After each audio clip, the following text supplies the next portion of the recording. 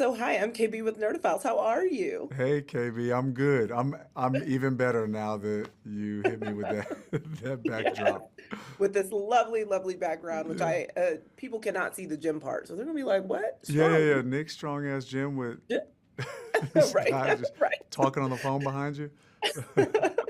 So, what a wild ride. I have not finished. I've seen the first half, but I am still invested in a way that, like, I'm trying to find more time to watch the second half right now As you should because be. it Yes, is yes. wild.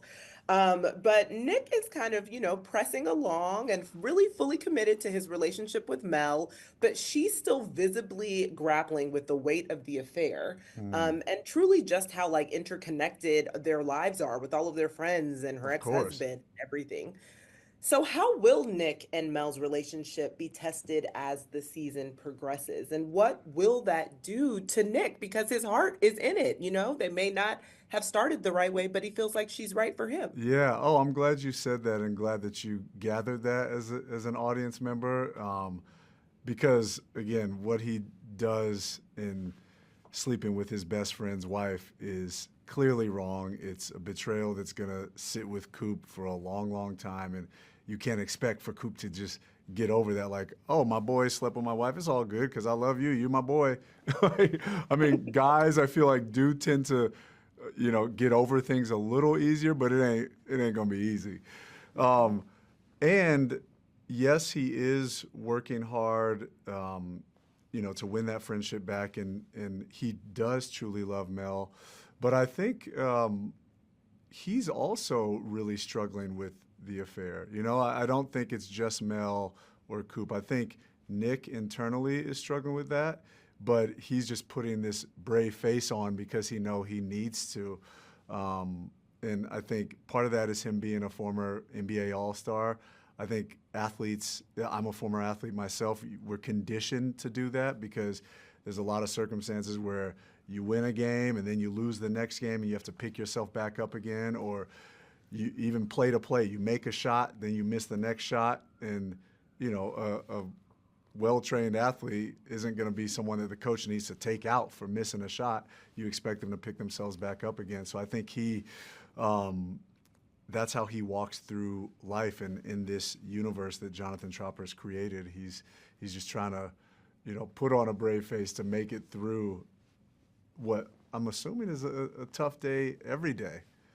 Mhm. Yeah, It is, for sure. It has to be. I mean, it can't be easy for any of them, but they do have to. I find that Nick and Mel have to kind of live with the consequences of the choices that they've made, for sure. which gets harder every single day and every single time they see Coop and every single time I think they interact with even some of their friends because, people are kind of judging them from behind the scenes, whether or Yeah. not they want to admit it for sure.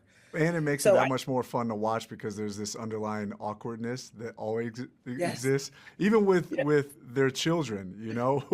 When you see Nick interact with their kids, it's like, oh, why did you say that? Was that really the choice? Right, So right. it's just So fun to watch as a hopefully viewer.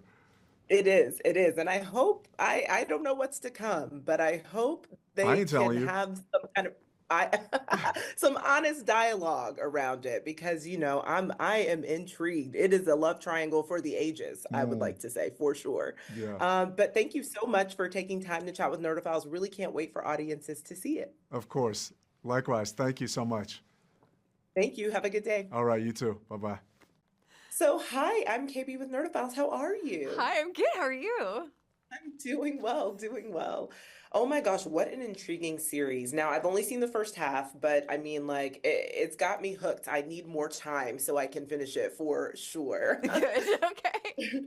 So, Allie trusts Coop. She trusts her brother without hesitation. And so, she kind of moves back into the groove of doing life with him in a way that really only a sibling can. This is So, true. can you share a little bit about how, as the season progresses, since Ali is kind of noticing that he's different and he has a lot going on, even though he's unemployed, Hmm. does she ever actually talk to him kind of about the choices that he's making?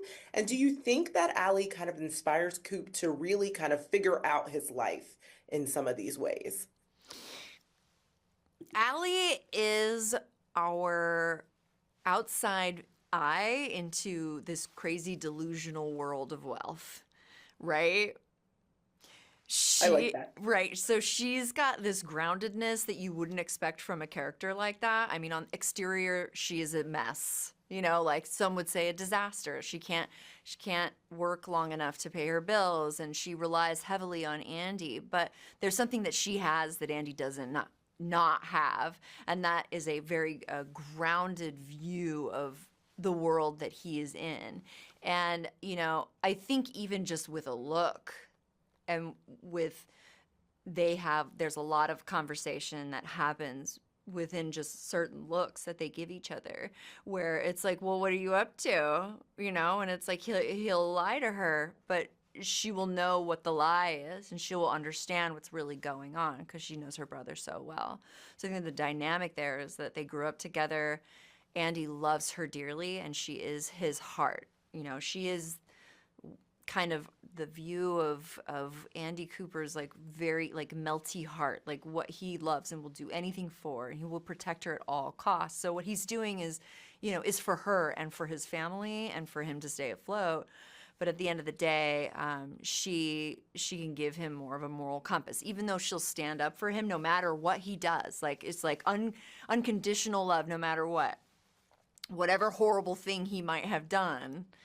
Like she's his ride or die, and she won't judge him. She'll just be there for him, and she'll support him no matter what. But also, he knows that if she's doing that, like he has to think harder on his choices because of how they affect her, and she will, like, no matter what does he want her to stick up for him for? Do you know what I mean? Yes, yes, I Yeah. like that. Okay, and one last question is super quick because I have to ask. They're like truly a really musical family in a great way, though. Yeah. So, are Allie and Hunter going to have any duets this season? I haven't seen any yet, but I would really love that. I would love an aunt and nephew kind of bonding musical situation between the two of them. I know, right? Yes.